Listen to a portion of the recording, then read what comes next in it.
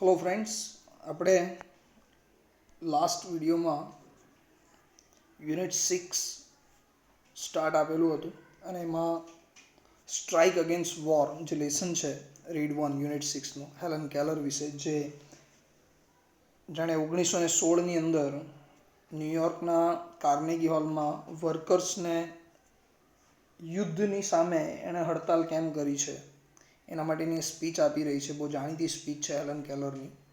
તો એના વિશે થોડુંક આપણે આગળ અભ્યાસ કરેલો છે. બરાબર, હવે આગળ નેક્સ્ટ વધીએ આગળ. તમારો પેરેગ્રાફ અહીંયાથી બાકી છે, તો અહીંયાથી આગળ લઈએ ધ ક્લેવર વન્સથી. તો હેલન હવે આગળ કહે છે, આ ઉપરના પેરેગ્રાફમાં એણે શું સમજાવ્યું છે, તો ઉપરના પેરેગ્રાફમાં એણે કહ્યું છે કે તમારા નેતાઓ તમને મિત્રો કહીને, સહકર્મચારી કહીને, બરાબર, તમને સંબોધન કરે છે, તમે દેશભક્ત છો એવું કહે છે. એની સાથે એવું પણ કહે છે કે ભાઈ દુશ્મન દેશ એટલાન્ટિક અને પેસિફિક મહાસાગર ઓળંગીને તમારી પર હુમલો કરવા આવી રહ્યા છે. તમે આસપાસના આજુબાજુના જે રાષ્ટ્રો છે બેલ્જિયમ અને સર્બિયા, એવા રાષ્ટ્રોની હાલત દુશ્મનોએ શું કરી છે, કેવી રીતે એણે કચડી નાખ્યું એ જુઓ. તો જ્યારે દુશ્મન તમારી તરફ આગળ વધી રહ્યો છે તો એવા સમયે તમે તમારા હક અને તમારા પગાર વધારાની માંગ નહીં કરો અને એની જગ્યાએ તમે યુદ્ધનો ભાગ બનો, સેનામાં જોડાઓ.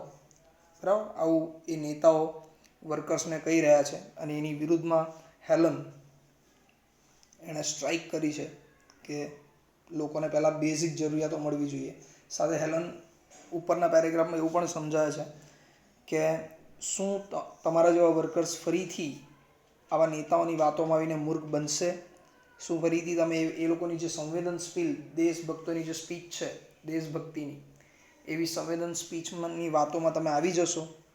બરાબર, શું તમારું જે વોરંટ આપણે સિટીઝનશીપ કાર્ડ છે, આધાર કાર્ડ જે છે, શું એ તમને ગેરંટી આપે છે કે તમારા બાળકો અને તમારી પત્નીનું ભરણ પોષણ પૂરું પાડશે? બરાબર, વગેરે વગેરે એ સવાલ કરે છે. હવે આગળ જોઈએ.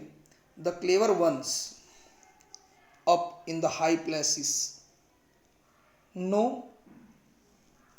How childish and silly the workers are. હવે હેલન આગળ એવું કહે છે કે જે તમારા રાજકીય નેતાઓ છે ને, જે ઉપરી અધિકારીઓ છે, તમારા માલિકો જે છે, એ બહુ હોશિયાર છે, બહુ ચતુર છે.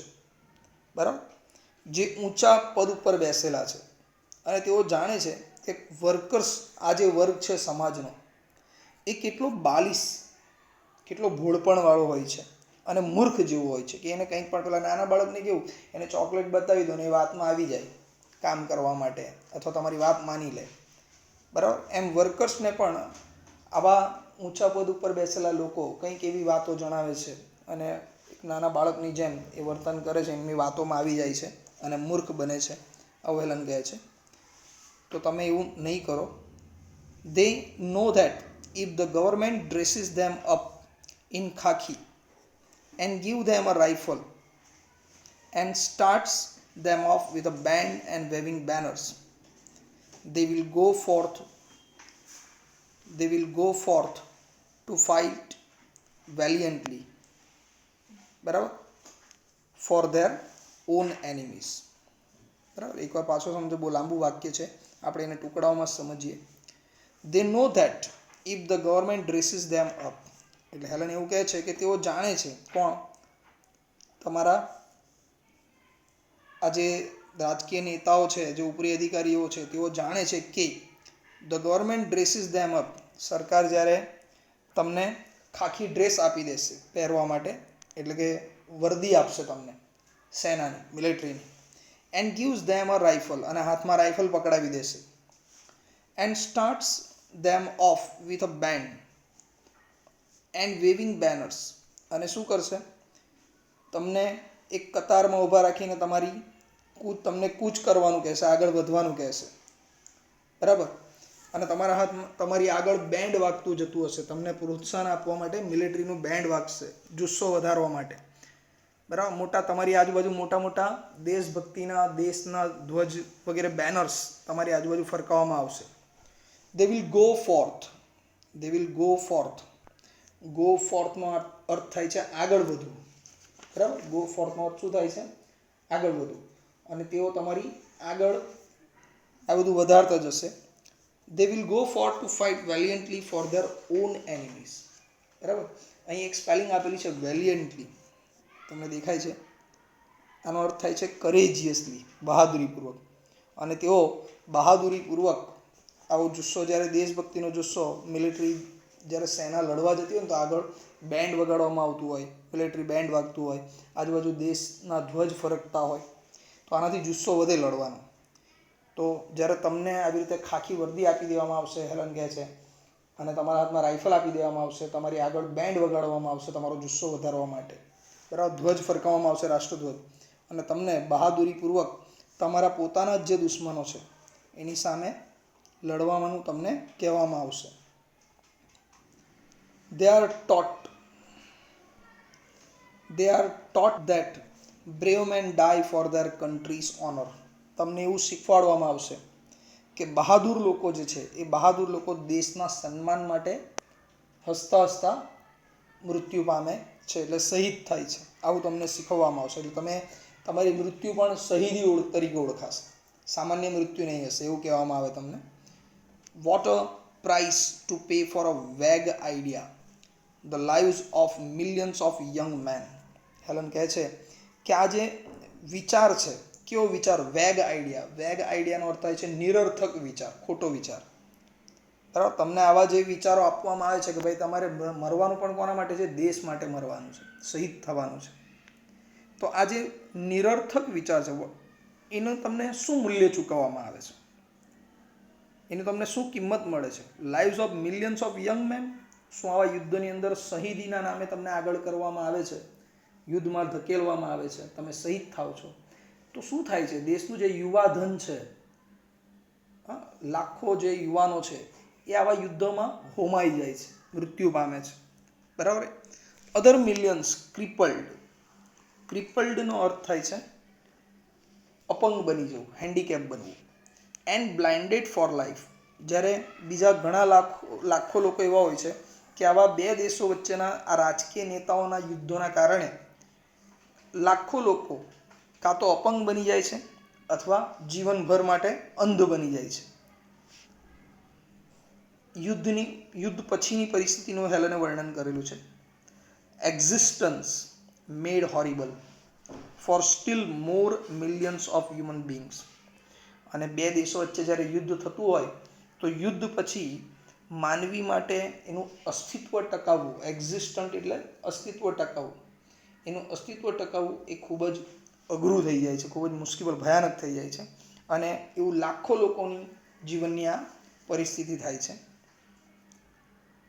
The achievement and legacy of generations swept અવે ઇન અ મોમેન્ટ.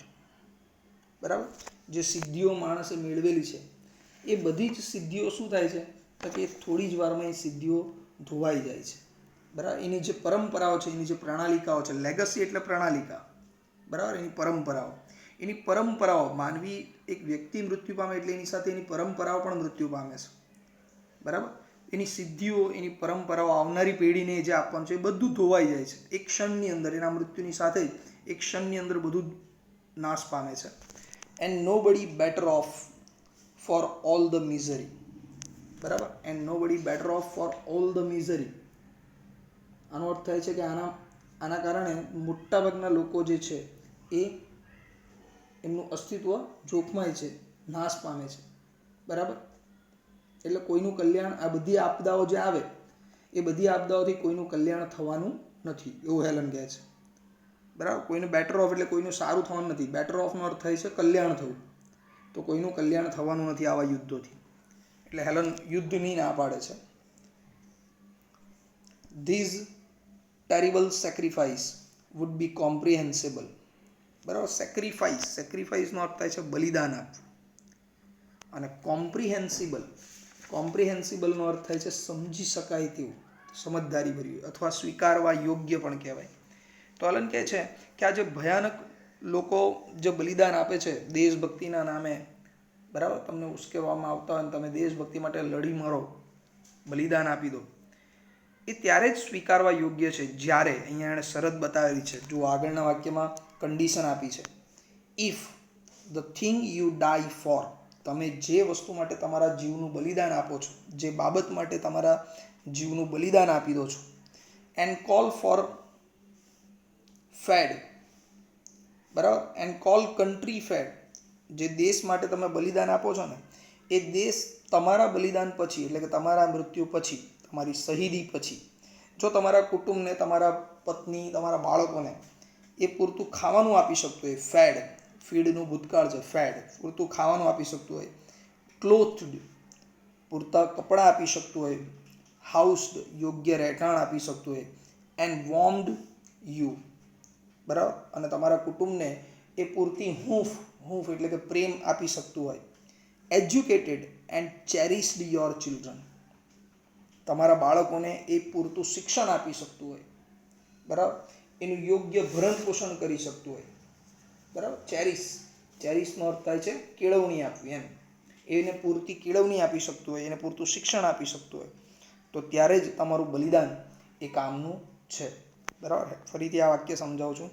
હેલન એવું કહે છે કે આ જે બલિદાન આપો છો ને દેશ માટે યુદ્ધમાં લડીને, એ ત્યારે જ સમજી શકાય એવું છે, એ ત્યારે જ સ્વીકારવા યોગ્ય છે કે જ્યારે એ દેશ જેના માટે તમે મરવા તૈયાર થયા છો, એ દેશ તમને યોગ્ય, તમારા ફેમિલી માટેનું યોગ્ય ખોરાક, યોગ્ય કપડાં, યોગ્ય રહેવા માટેની જગ્યા, એના માટે હૂંફ, તમારા કુટુંબ પ્રત્યે હૂંફ, તમારા બાળકો માટે પૂરતું શિક્ષણ, એને કેળવણી વગેરે આપવાની ગેરંટી આપતું હોય, ખાતરી આપતું હોય, ત્યારે જ તમારું બલિદાન કામનું છે, બરાબર. એ યોગ્ય છે એવું બલિદાન, એવું કહેવું છે એલન.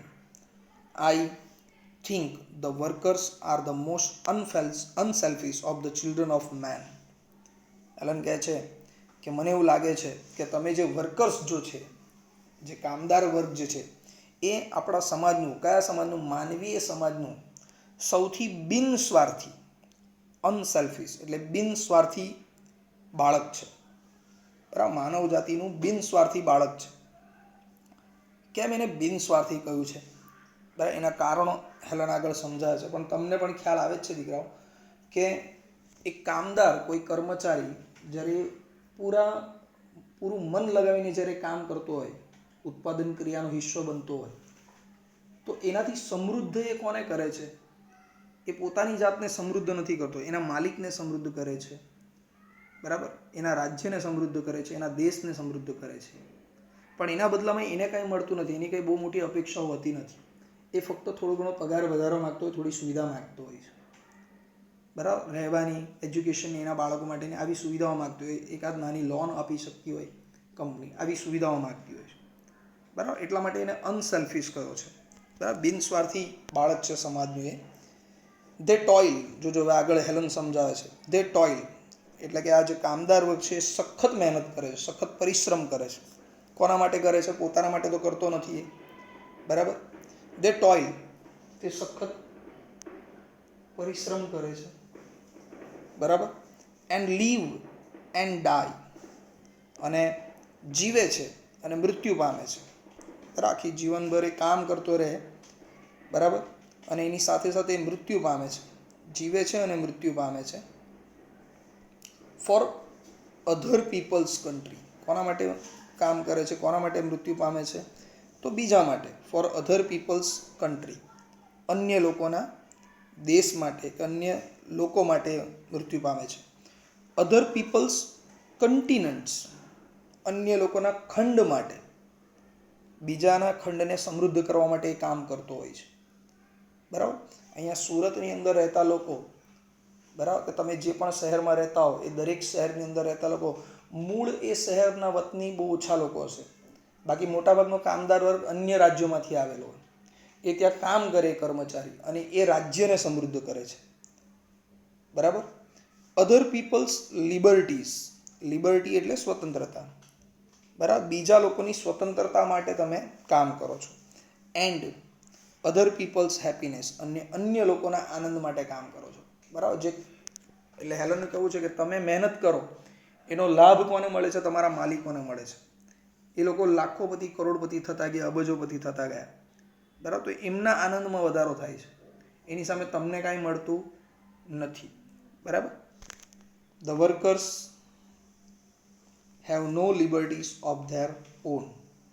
કામદારોને પોતાની કોઈ સ્વતંત્રતા હોતી નથી. અને આ સાચું પણ છે. કોઈ પણ મલ્ટીનેશનલ કંપની કે કોઈ મોટી કંપની હોય તો એના કર્મચારીને તમે મળીને પૂછી જુઓ. એકવાર એ કંપનીની અંદર એન્ટર થઈ જાય ત્યાર પછી એને જ્યાં સુધી એના કામના જે કલાકો છે 6 કલાક કે 8 કલાકની જે એની શિફ્ટ છે એ શિફ્ટ જ્યાં સુધી પૂરી ન થાય ત્યાં સુધી એ કંપનીમાંથી બહાર આવી શકતો. એકવાર પંચિંગ થઈ ગયું એના કાર્ડનું ત્યાર પછી એ બહાર આવી શકતો નથી જ્યાં સુધી એના કામના કલાકો પૂરા ન થાય ત્યાં સુધી. બરાબર.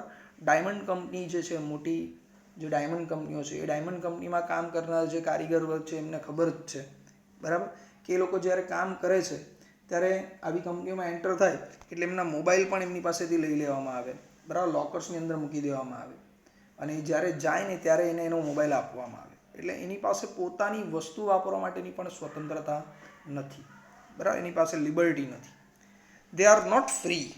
હવે હેલન કહે છે કે તમે તમારી જાતને ત્યાં સુધી સ્વતંત્ર નહીં ગણો. જો એ શરતો મૂકે છે, કઈ કઈ બાબતો માટે એ સમજાવે છે કામદાર વર્ગને એ જુઓ. હેલનનું કેવું છે, they are not free when they are compelled to work 12 or 10 or 8 hours a day. Helen કહે છે કે તમારે કામદારોએ પોતાની જાતને ત્યાં સુધી સ્વતંત્ર નહીં ગણવાનું કે જ્યાં સુધી તમને 12 કલાક કે 10 કલાક કે 8 કલાક, દિવસના 12 કલાક કે 10 કલાક કે 8 કલાક કામ કરવાની ફરજ પાડવામાં આવતી હોય. કમ્પેલ ટુનો અર્થ થાય છે દબાણ કરવામાં આવતું હોય, તમને ફરજ પાડવામાં આવતી હોય કે આટલા કલાક કામ કરવું જ પડશે, બરાબર. આજે કોઈ પણ મોટી ઇન્ડસ્ટ્રીઝ છે, બરાબર, એ પછી રિલાયન્સ હોય, L&T જેવી કંપની હોય, બરાબર, કોઈ પણ મોટી ઇન્ડસ્ટ્રીઝ, બરાબર, આવી ઇન્ડસ્ટ્રીઝની અંદર જ્યારે કર્મચારી એનો અંદર એન્ટર થાય છે, એકવાર કંપનીના ગેટની અંદર એન્ટર થઈ ગયો, એણે પોતાનું કાર્ડ પંચિંગ પોતાના પ્લાન્ટની અંદર કરાવી દીધું, આફ્ટર દેટ એના જે 10 કલાક કે 8 કલાકની એની જે શિફ્ટ છે 8 કલાકની, એ જ્યાં સુધી શિફ્ટ પૂરી ન થાય ત્યાં સુધી એ ગેટમાંથી બહાર આવી નથી શકતો, એ પોતાનો મોબાઈલ યુઝ નથી કરી શકતો, બરાબર. તો આ એલન કહે છે કે તમને જ્યાં સુધી આવી ફરજ પાડવામાં આવતી હોય ને, દબાણ તમને કરવામાં આવતું હોય કે તમારે આટલા કલાક તો કામ કરવું જ પડશે, તો ત્યાં સુધી તમારે પોતાની જાતને સ્વતંત્ર ગણવાનું નહીં. કોઈ ઇમરજન્સી હોય, તમારા ઘરેથી જ ધારો કે ઇમરજન્સી હોય અને તમારે જવું જ પડે એવું હોય, બરાબર, તમે કંઈ કરી નથી શકતા, કારણ ફોન તમે યુઝ કરવા દે તમને તો તમને ખબર પડે ને કે ઘરેથી ફોન છે કે નહીં, બરાબર. તો એ આવું જ્યારે તમને ફરજ પાડવામાં આવતી હોય ત્યારે તમારી જાતને હેલન કહે છે કે તમે સ્વતંત્ર ગણતા નહીં. They are not free when they are ill paid for their exhausting toil. Exhausting એટલે થકવી નાખે તેવું, બરાબર, થાક લાગી જાય ને તેવું. અને ટોઇલ તો મેં લખાવ્યું જ છે તમને, સખત મહેનત. તો હેલન કહે છે કે તમારે જ્યાં સુધી તમે સખત પરિશ્રમ કરો છો અને સખત પરિશ્રમના અંતે તમને બહુ ઓછું વેતન ચૂકવવામાં આવતું હોય, ઓછો પગાર આપવામાં આવતો હોય, તો ત્યાં સુધી તમે તમારી જાતને સ્વતંત્ર ગણતા નહીં, બરાબર. જ્યાં સુધી તમારી મહેનતનું તમને પૂરતું વેતન ન મળતું હોય ને ત્યાં સુધી તમારે તમારી જાતને સ્વતંત્ર ગણવાનું નથી. They are not free when their children must labor in mills and factories or starve. તમે તમારી જાતને ત્યાં સુધી સ્વતંત્ર નહીં સમજતા, નહીં ગણતા કે જ્યારે તમારા બાળકોને કોઈ મિલ કે કારખાનાની અંદર મજૂરી કરવી પડતી હોય, ફરજિયાતપણે એને મજૂરી કરવા માટે, કેમ તો કે ગુજરાન ચલાવવા માટે, જીવવા માટે, કુટુંબના ભરણ પોષણ માટે એ બાળકને પણ મજૂરી કરવી પડતી હોય આવા કારખાનાઓની અંદર, બરાબર, અથવા ભૂખે રહેવું પડતું હોય. સ્ટાર્વ એટલે ભૂખે રહેવું, અથવા ભૂખે રહેવું પડતું હોય, તો ત્યારે તમારે સમજવું કે તમે સ્વતંત્ર નથી, બરાબર. And when their women may be driven by poverty to lives of shame. અને જ્યારે આ કર્મચારીઓને, આ કારીગરોની પત્નીઓને, તમારી પત્નીઓને ગરીબીને કારણે, ડ્રાઇવન બાય પોવર્ટી એટલે ગરીબીને કારણે એમને શરમજનક જીવન જીવવું પડતું હોય. લાઈવ્સ ઓફ શેમ એટલે જ્યારે શરમજનક જીવન જીવવું પડતું હોય, યોગ્ય પોશાક ન હોય, યોગ્ય રહેઠાણ ન હોય, રહેઠાણની સલામતી ન હોય, બરાબર, પોતાના જીવની સલામતી ન હોય, ઇજ્જતની સલામતી ન હોય, તો એવા સમયે તમારે તમારી જાતને સ્વતંત્ર ગણવું નહીં. They are not free when they are clubbed and imprisoned because they go on strike for a raise of wages. તમારે ત્યાં સુધી તમારી જાતને સ્વતંત્ર નહીં ગણવાની કે જ્યારે તમે પગાર વધારા માટે તમે ભેગા થતા હો, ક્લબ એટલે ભેગા મળવું, તમે બધા કામદારો ભેગા થતા હો, પગાર વધારા માટે હડતાલ પાડો ભેગા થઈને, અને એવા સમયે તમારા માલિકો દ્વારા અથવા રાજકીય નેતાઓ દ્વારા તમને કેદ કરવામાં આવતા હોય, જેલમાં નાખી દેવામાં આવતા હોય. કેમ? તો કે તમે ફક્ત પગાર વધારા માગવા માટે હડતાલ પાડી છે. તો ત્યારે તમારી જાતને તમે સ્વતંત્ર નહીં સમજો. And for the basic justice that is the right as human beings. અને જ્યારે તમે તમારું માનવ તરીકેનો હક માગવા માટે, ન્યાય માગવા માટે જ્યારે તમે હડતાલ પર ઉતરો છો, બરાબર, અને એવા સમયે તમને જો જેલમાં પૂરી દેવામાં આવતા હોય તો ત્યારે તમારી જાતને તમારે સ્વતંત્ર ગણવું નહીં. બરાબર, આવી શહીદી અને આવી સ્વતંત્રતા તમારા કોઈ કામની નથી. આવું હેલન પેલા કામદાર વર્ગને સમજાવી રહી છે. ઓકે ફ્રેન્ડ્સ, અહીંયાથી આગળનું આપણે નેક્સ્ટ વિડીયોમાં જોઈશું. આટલું જે ચલાવ્યું છે એની સ્પેલિંગ્સ હું લખીને તમને સેન્ડ કરીશ, જે તમારે હોમવર્ક તરીકે નોટબુકમાં આગળ જે સ્પેલિંગો લખેલી છે યુનિટ 6 રીડ 1ની, એની નીચેથી જ કન્ટિન્યુ કરી દેવાની છે. Okay friends, by.